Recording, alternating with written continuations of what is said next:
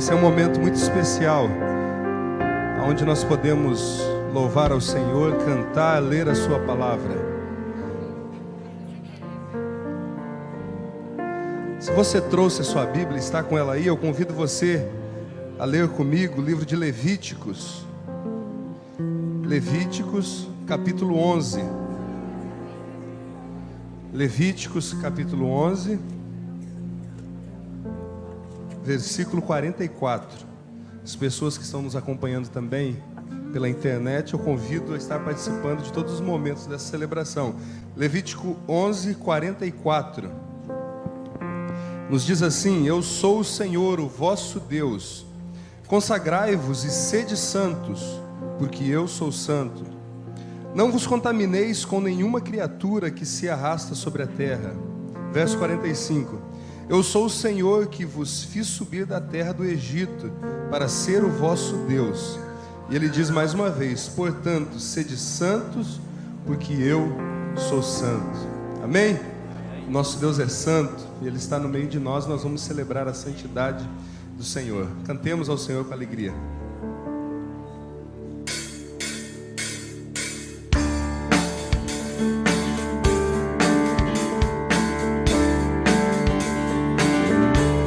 Santo, santo, santo, santo, poderoso, quero que há de vir. Deus da glória, és tão digno, eu me prostro a ti. Santo, santo, santo, santo, poderoso, quero que há de vir.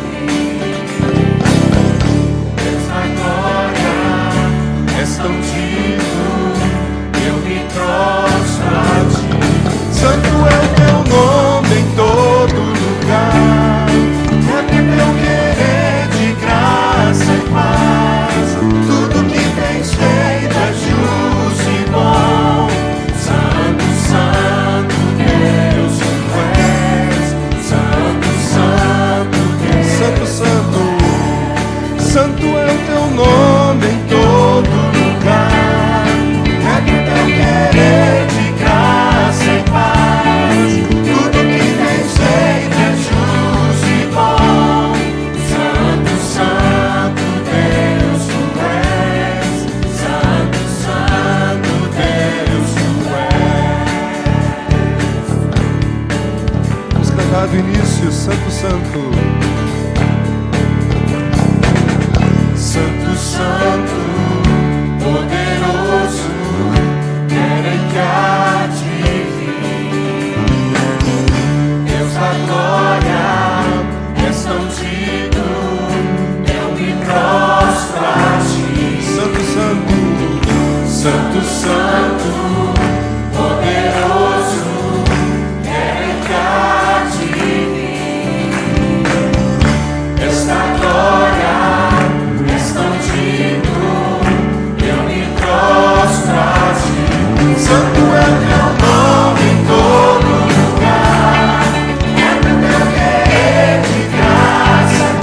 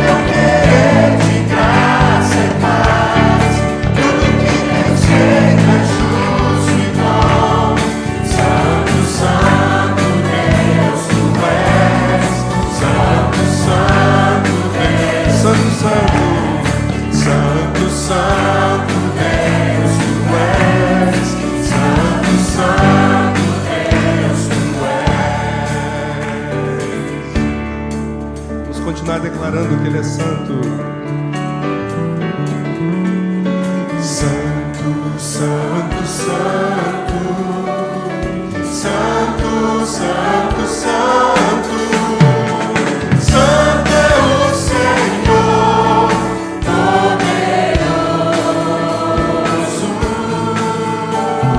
digno de toda honra, digno de toda honra, digno de receber hoje o louvor. Santo, santo. Santo, santo, santo, santo, santo, santo, santo é o Senhor poderoso, digno de toda honra, digno de toda honra, digno de receber hoje o louvor. Louve, exalte ao Senhor. Louve seu nome para sempre. Louve, exalte ao Senhor. Louve seu nome para sempre. Do início, santo. Santo, santo, santo, santo, santo, santo, santo é o Senhor poderoso, digno de toda glória, digno de toda honra, digno de receber hoje o louvor. Então louve. Louve, exalte ao Senhor. Louve seu nome para sempre. Louve, exalte ao Senhor. Louve seu nome para sempre. Santo, santo, santo, Deus onipotente, cedo de manhã cantaremos teu louvor. Santo, santo, santo, Deus honrado e uno, és um só Deus, excelso Criador. Louve. Louve, exalte ao Senhor. Louve seu nome para sempre. Louve, exalte ao Senhor. Louve seu nome para sempre. Amém? Louvado seja o nome do Senhor Jesus. Estou muito feliz por estar aqui nessa manhã, juntamente com essa igreja amada. Desde já quero agradecer a recepção dos irmãos. Desde quando cheguei aqui, senti um ambiente de graça nessa igreja. E isso é gostoso. Quando a gente chega pela primeira vez participar de um culto, a gente é bem recebido. Isso é maravilhoso, não é verdade? Quem está visitando a primeira vez entende isso, sabe que isso é maravilhoso.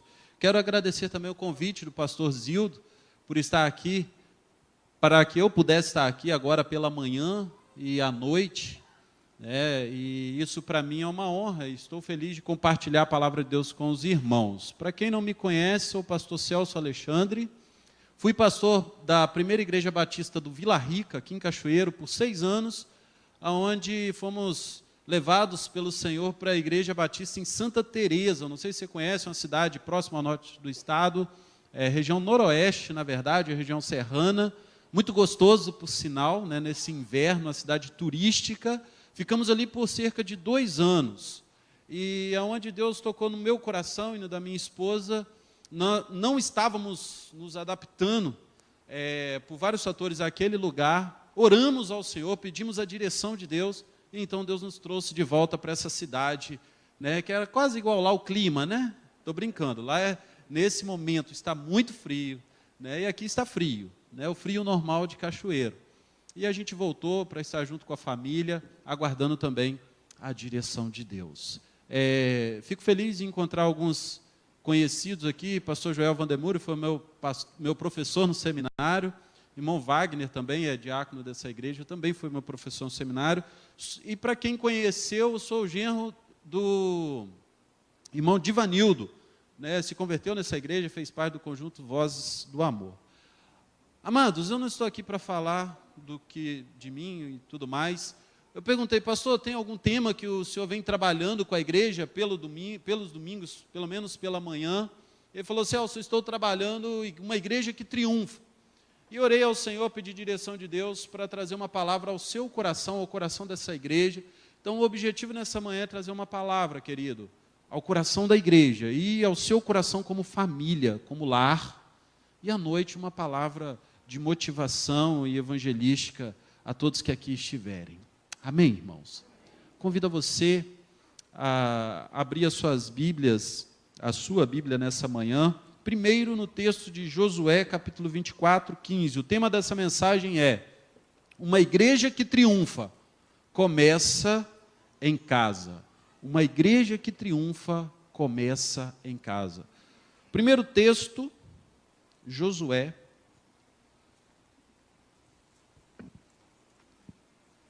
capítulo 14, verso 15, apenas a parte final, um texto bem conhecido, que diz o seguinte, o finalzinho, que a maioria conhece, diz o seguinte: porém, Josué dizendo, eu e a minha casa serviremos ao Senhor. Amém? Você pode repetir comigo essa parte? Porém, serviremos ao Senhor. Agora eu convido a você a abrir a sua Bíblia em Atos capítulo 22, verso 36, que é o texto onde eu quero compartilhar com você nessa manhã, algo que Deus tem falado ao meu coração como igreja e como lar, como família. Um texto também muito conhecido. Atos capítulo 16, do versos 22 ao verso 36.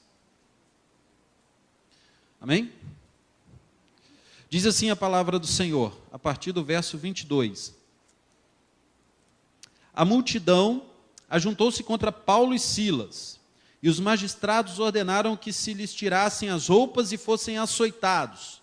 Depois de serem severamente açoitados, foram lançados na prisão. O carcereiro recebeu instrução para vigiá-los com cuidado. Tendo recebido tais ordens, ele os lançou no cárcere interior e lhes prendeu os pés no tronco. Por volta da meia-noite, Paulo e Silas estavam orando e cantando hinos a Deus, e os outros presos os ouviam. De repente houve um terremoto tão violento, que os alicerces da prisão foram abalados. Imediatamente todas as portas se abriram, e as correntes de todos se soltaram. O carcereiro acordou, e vendo abertas as portas da prisão, desembainhou a sua espada para se matar, porque pensava que os presos tivessem fugido. Mas Paulo gritou: não faça isso, estamos todos aqui. O carcereiro pediu luz, entrou correndo e trêmulo, prostrou-se diante de Paulo e Silas, então levou os olhos para fora e perguntou: senhores, o que devo fazer para ser salvo? Eles responderam: creia no Senhor Jesus e serão salvos, você e os da sua casa. E pregaram a palavra de Deus, e a ele e a todos da sua casa. Naquela mesma hora da noite, o carcereiro lavou as feridas deles. Em seguida, ele e todos seus foram batizados. Então os levou para a sua casa, serviu-lhes uma refeição e com todos da sua casa alegrou-se muito por haver crido em Deus. Quando amanheceu, os magistrados mandaram os seus soldados ao carcereiro com esta ordem: solte esses homens. Verso 36. O carcereiro disse a Paulo: os magistrados deram ordem para que vocês e Silas sejam liberados. Agora podem sair. Vão em paz. Amém? Esse texto, provavelmente você deve ter lido e relido durante a sua caminhada cristã, mas ele traz algumas questões que eu quero compartilhar com você. Eu gosto de olhar para o texto e fazer perguntas ao texto. Por que disso? Por que daquilo? E com a ajuda e o discernimento do Espírito Santo, nós entendemos aquilo que Deus quer falar ao nosso coração, não é verdade? É assim que nós entendemos a direção de Deus para as nossas vidas. Vale lembrar, queridos, que quando falamos de igreja, e estamos falando aqui sobre uma igreja que triunfa, e o tema é: uma igreja que triunfa começa em casa. Pastor, o que isso tem a ver com o texto que nós lemos? Quando essa questão de igreja começar em casa, quem criou essa forma, vamos dizer que foi Jesus. E eu costumo dizer, isso no meu ponto de vista, não quero entrar em nenhuma questão teológica, eu costumo dizer que Jesus criou duas teologias, né? Como assim? A primeira teologia é a teologia do relacionamento. Jesus, toda vez que ele ia ensinar, trabalhar algo com alguma pessoa, ele usava essa teologia do relacionamento. E ele, sendo 100% homem, mas também sendo 100% Deus, se relacionava com as pessoas, como um amigo se relacionava com outro amigo. E todos os momentos que ele anunciava a sua mensagem era através do relacionamento. E a segunda teologia que eu costumo também dizer, o pastor Edu até comentou aqui, e aqui tem pregado, é a teologia da comida. Você já ouviu falar nessa teologia da comida? Jesus era o que criou essa teologia. Porque, pensa comigo, quando ele estava entrando na cidade e uma multidão estava seguindo, o que Zaqueu fez? O pessoal lembra do texto? Subiu numa árvore querendo ver Jesus. Alguns vão até dizer que Zaqueu estava querendo chamar a atenção de Jesus, não sei como. Porém, Jesus olha para Zaqueu, e quais as palavras que Jesus fala para Zaqueu? Zaqueu, desce depressa, que hoje eu quero fazer um estudo bíblico na sua casa. Foi isso que ele falou? Zaqueu, desce depressa, porque hoje eu quero te exortar. Zaqueu, desce depressa, porque hoje eu quero fazer um aconselhamento cristão com você, porque afinal de contas eu sou o Cristo. Foi isso que Jesus disse? O que Jesus disse, amados? Zaqueu, desce depressa, porque hoje eu quero jantar na sua casa. Maravilha de Deus. Zaqueu nem conhecia Jesus, e Jesus estava falando, já estava se convidando para ir jantar na casa desse homem. E aí, o desenvolver da história você sabe, né? Jesus, quando está na casa de Lázaro, Marta e Maria, geralmente em volta de uma refeição, ele chama Levi para segui-lo. Levi fica tão empolgado e prepara um jantar para Jesus e todos os seus convidados. E é interessante que até depois que Jesus morreu, ressuscitou, os discípulos se perdem em seus pensamentos, vão pescar, e aí eles olham para a praia. Quem que está lá na praia?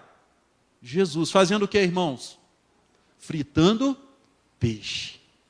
Chama os discípulos vêm. Depois que os discípulos se alimentam, é então que Jesus vai trazer aquelas palavras a Pedro: Pedro, tu me amas.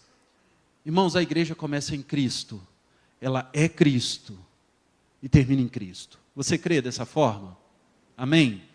Uma igreja que triunfa é aquela que vai revolucionar o mundo, está revolucionando o mundo. Começa na nossa casa, irmãos. E a pergunta que eu te faço nessa manhã é: como está a tua casa, querido? Para que a igreja possa ir bem, a nossa casa precisa estar bem.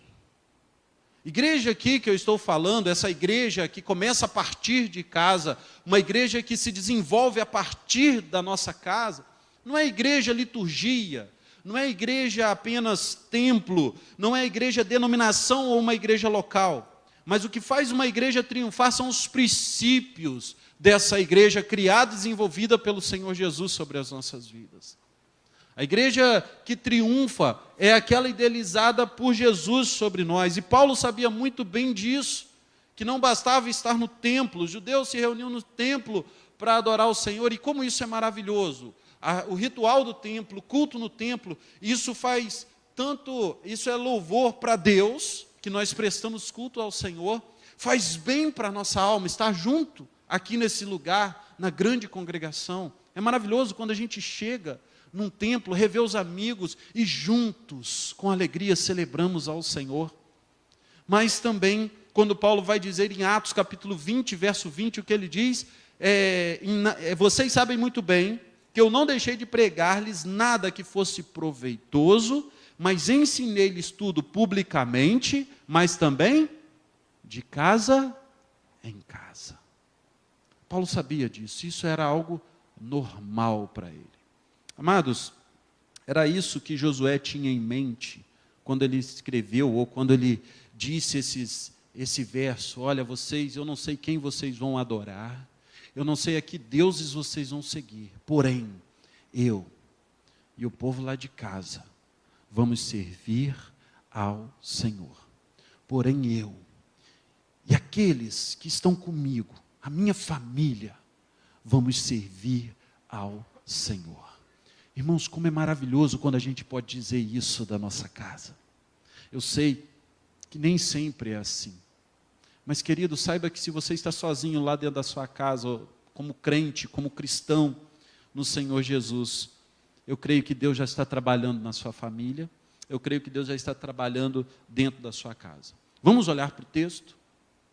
Quando olhamos para o texto, a qual nós acabamos de ler, no verso 25 e 26, nós vamos perceber um dos momentos mais lindos da história dos discípulos, que é quando Paulo e Silas são açoitados por anunciar Cristo, por começar a desenvolver a igreja de Jesus, e são lançados numa prisão.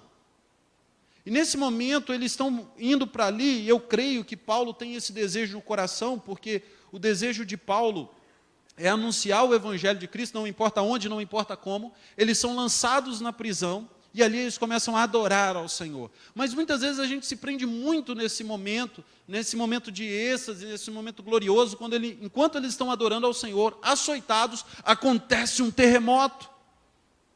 As portas das cadeias se abrem.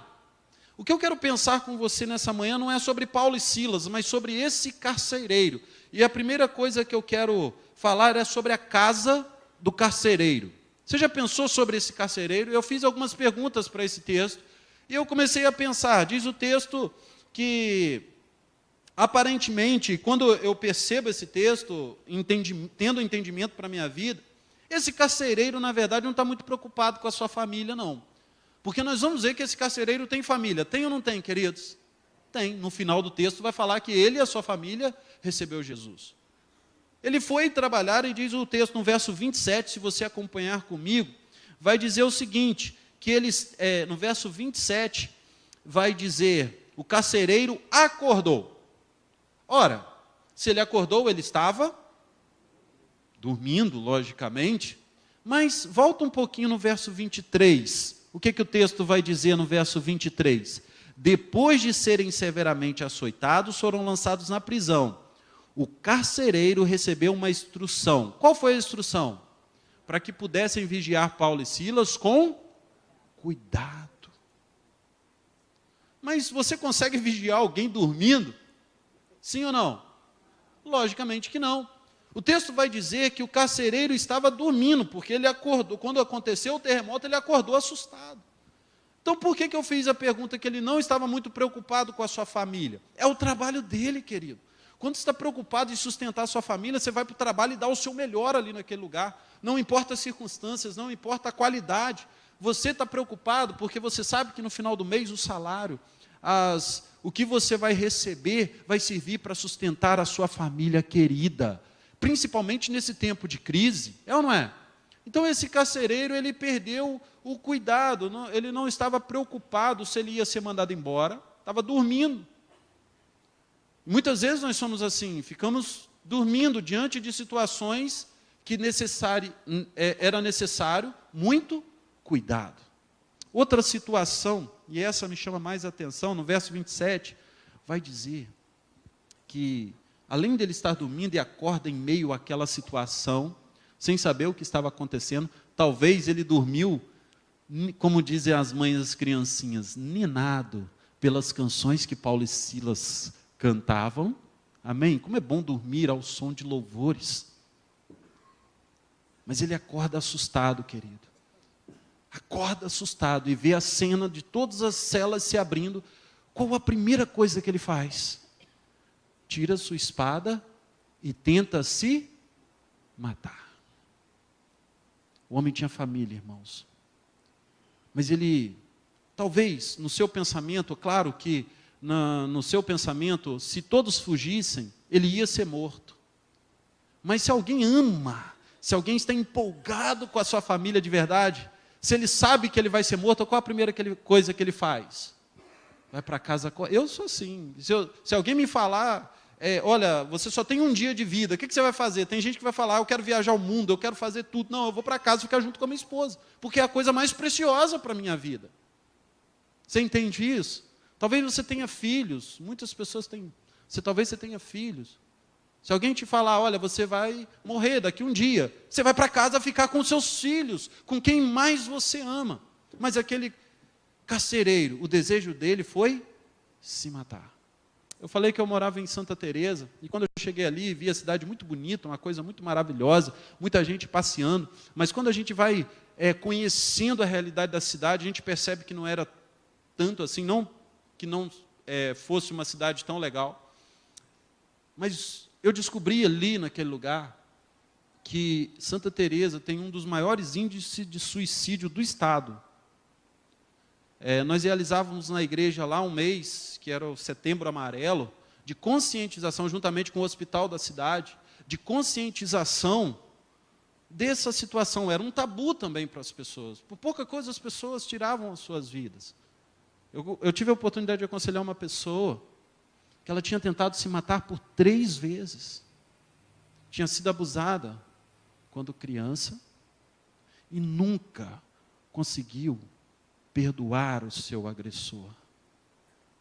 E isso trazia como dor para a vida dela. Eu louvo a Deus, nesse tempo, por esse momento que a igreja tem voltado a esse princípio da igreja nas casas, irmãos. Seja PG, seja células, seja grupos familiares. Porque foi através desse, que eu não costumo dizer que é método, mas desse estilo de vida, que nós conseguimos tocar o coração dessa jovem. E aí, no leito de hospital, depois de mais uma tentativa de suicídio, eu orei com ela ali e falei, olha, terça-feira você vai lá para casa. Você vai lá na minha célula. Ela chegou e ela foi, glória a Deus. Chegou lá em casa e ela começou a chorar, né, diante dos momentos de compartilhar. E estivemos orando ali com ela, toda a célula abraçou aquela jovem, e ela começou a se recuperar, começou a entender que, por mais que a pessoa que cometeu aquilo não estava arrependida, mas para que ela pudesse continuar vivendo e ter uma vida em abundância, ela precisava perdoar. Deus foi tratando no coração dela. Amém? Isso é maravilhoso, querido. Eu não precisei levar ela para a igreja para falar isso. Eu levei ela para a minha casa, juntamente com o meu pequeno grupo, e Deus fez uma grande obra. Quantas pessoas estão assim, queridos?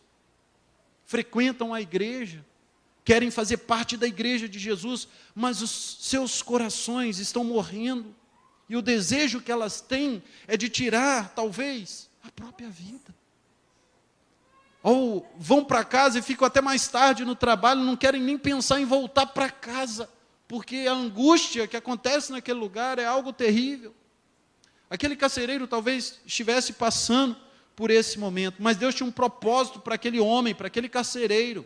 E eu quero dizer assim também como tem um propósito para a sua vida hoje aqui. Tem um propósito para a sua família, como igreja, como casa, como família. Né? Você veio para a igreja hoje celebrar, adorar o Senhor, como isso é gostoso. Mas eu creio que enquanto você está aqui, querido, Deus está trabalhando na sua casa, na vida da sua família. E lá também vai ser a continuidade da igreja de Jesus. Você está dando sequência nisso. Essa era a casa do carcereiro. E eu não sei como está a sua casa, mas eu sei que assim como Deus tinha um propósito para a vida daquele homem, assim Ele tem um propósito para a vida da sua família também. Como igreja que triunfa, mas como lar, lavado e remido pelo sangue do Cordeiro. Amém? Um segundo fator nesse texto, e eu quero me adiantar, é o brado de salvação. Até então a vida daquele carcereiro já não fazia sentido, ele queria tirar a sua própria vida, mas um brado de salvação viria para transformar completamente a vida daquele homem. Diz o texto no verso 28 que Paulo, ao olhar aquela cena do homem querendo tirar a sua própria vida, ele grita e fala: não te faças nenhum mal. Não te faças nenhum mal. Eu não sei o que aquele homem estava enfrentando, e talvez diante da crise era tão grande, mas talvez a esperança de dar continuidade à sua vida depois daquele momento já tinha acabado. Quantas pessoas hoje têm perdido a esperança diante do mundo? A gente liga a televisão, parece que cada minuto que a gente vê dos telejornais é uma gota de esperança que vai embora. É ou não é? Você deve estar vivendo no mesmo país do que eu. E louvado seja Deus pelo nosso país. A palavra de Deus, Paulo vai ensinar a Timóteo que nós devemos orar pelo nosso país. Eu acho que o melhor que a gente tem que fazer nesse tempo é orar e assumir os nossos direitos. Tudo bem. Mas aquele homem que estava sem esperança, ele ouviu um brado de salvação. E o texto vai continuar dizendo que aquele homem ele faz a seguinte pergunta: o que devo fazer para que eu possa ser salvo?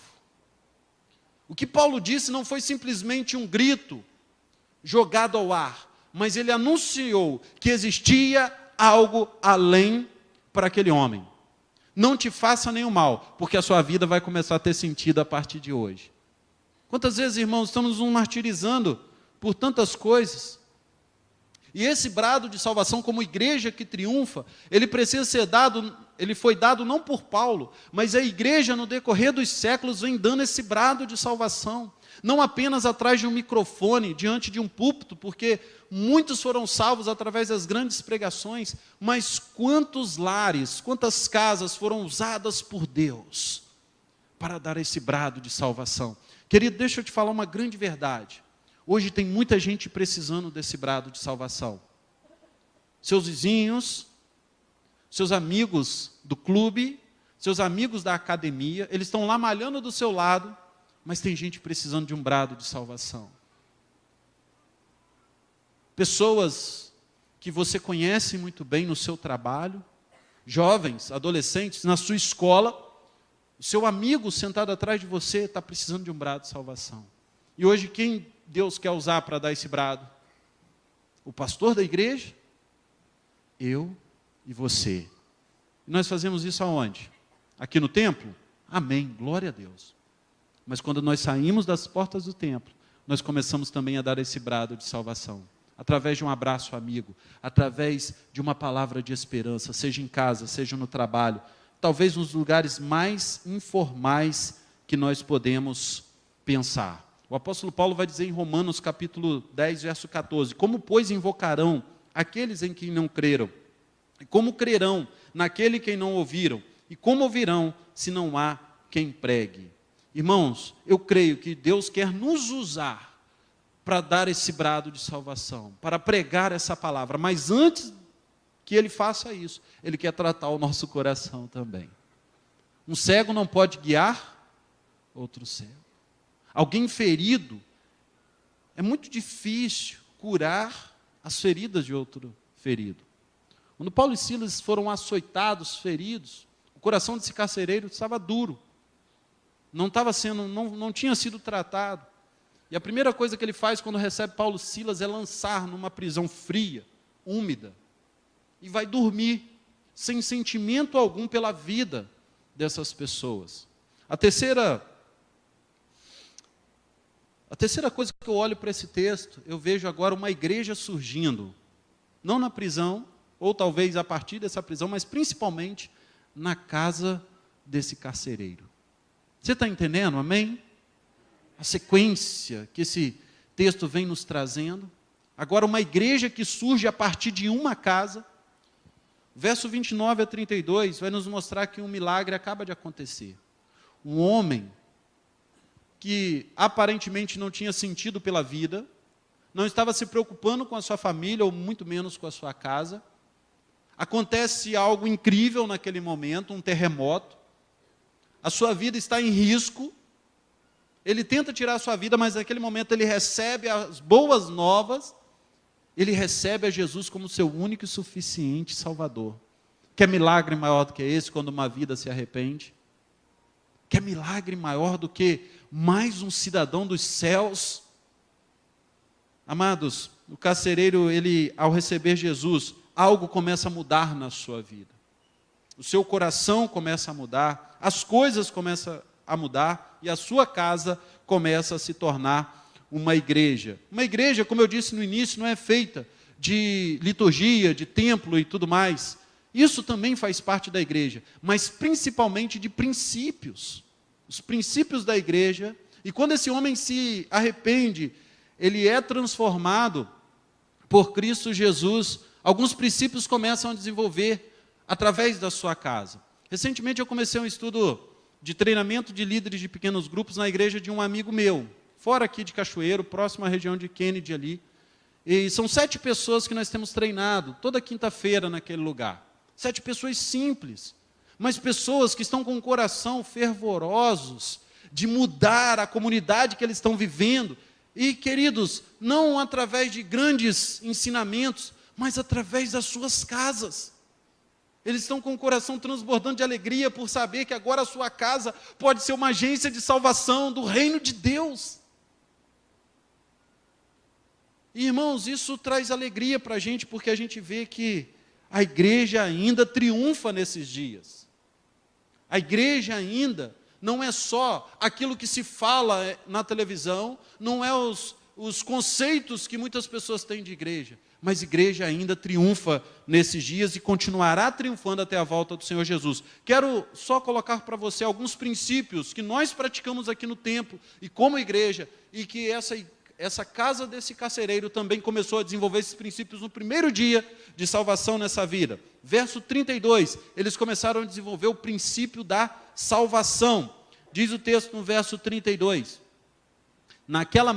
e pregaram a palavra de Deus a ele e a todos da sua casa. Querido, a salvação vem por ouvir, e ouvir o quê? A palavra de Deus. Uma igreja não é igreja se não estiver baseada na palavra. Eu ouvi há muitos anos atrás, logo assim quando eu comecei o meu ministério, de um pastor muito experiente. Ele disse o seguinte: olha, Celso, saiba de uma coisa, o que vai ajudar as pessoas a permanecerem na igreja é a palavra. Porque a palavra traz enraizamento. E diz o texto que aquele homem, quando ouviu a palavra, houve salvação. Igreja que triunfa a salvação. Há vidas sendo salvas. Amém, igreja? Segundo princípio que a gente percebe é o princípio do serviço. Diz o texto no verso 33, parte A. Naquela mesma hora da noite, o carcereiro lavou as feridas do Paulo e Silas, os vergões e os açoites. Princípio do serviço. Nós vimos aqui coisas maravilhosas. Isso daqui vai ajudar outras pessoas. Isso é serviço, é ou não é? Quantas pessoas, irmãos, que não têm o básico? Aquele homem que tinha lançado Paulo e Silas, ferido, numa prisão, Deus começa a trabalhar poderosamente na vida daquele homem. Já não é mais o mesmo homem. Agora o coração dele está quebrantado. Ele pega Paulo e Silas, leva para sua casa e lava as feridas. Estamos aqui como igreja, amados, para lavar as feridas uns dos outros. E lavar ferida não é algo fácil. No dia do aniversário, no dia da festa, é maravilhoso. Mas lavar feridas é algo que só um cristão consegue fazer. Lavar feridas é algo que só uma igreja que triunfa e caminha em direção ao céu consegue fazer. O princípio do discipulado, a seguir, no verso 33, vai dizer, a seguir foi ele batizado, e todos os seus. Paulo, ele ensina a palavra, ensina agora alguns princípios da vida cristã. E agora aquele homem, ele começa a transmitir isso também para a sua família, e todos são batizados. Eu conheci um jovem, inclusive foi líder de célula, um jovenzinho, adolescente, e a sua mãe não era crente. Morava ele e a mãe. Eu tive o prazer e a honra de batizar esse jovem. Ele recebeu Jesus, caminhou na nossa comunidade, na nossa congregação, foi discipulado. E o desejo dele era que sua mãe fosse salva. E ele praticou isso. Eu falei, olha, a única forma que você pode alcançar sua mãe é através de você mesmo, lá dentro da sua casa. Assim como você faz na sua célula, faça com a sua mãe, caminha com ela, trabalha com ela, ora por ela todos os dias, amados. Ele pregou a palavra para sua mãe. E o que aconteceu? A sua mãe recebeu Jesus como o único e suficiente Salvador. Cerca de um ano e meio depois, eu tive o prazer de batizar a mãe desse jovem. E ela está na igreja até hoje, porque é uma serva do Senhor Jesus. Amém? Que maravilha! Um jovem discipulando a sua própria mãe. Verso 34, o princípio da comunhão. Então, levando-os para a sua própria casa, lhe pôs a mesa. Irmãos, Paulo e Silas, antes mesmo, talvez ou depois de haver salvação naquele lugar, de haver o serviço, agora a comunhão, por quê? Ele derrama sobre aquela mesa, ou coloca sobre aquela mesa a sua refeição, o melhor que eles puderam fazer para servir. E comunhão é isso. Às vezes a gente espiritualiza tudo. Eu creio que comunhão é algo espiritual, mas a gente precisa de um churrasco de vez em quando. É ou não é, irmãos? A gente precisa de um lanche de vez em quando, de almoçar com a família, de levar os filhos para passear, de passar uma tarde de domingo fria, assistindo um filme com a família, ou levar o filho para o parque.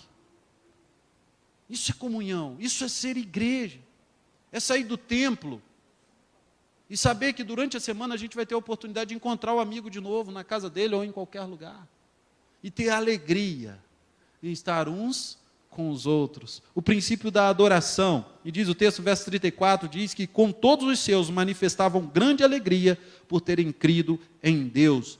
Irmãos, em casa podemos adorar a Deus. Tem gente que chega em casa e acha que a sua vida cristã é só colocar uma musiquinha evangélica e acha que está adorando ao Senhor. É só assistir aquela novela bíblica que diz que tem algumas coisas bíblicas e acha que já está aprendendo alguma coisa de Deus.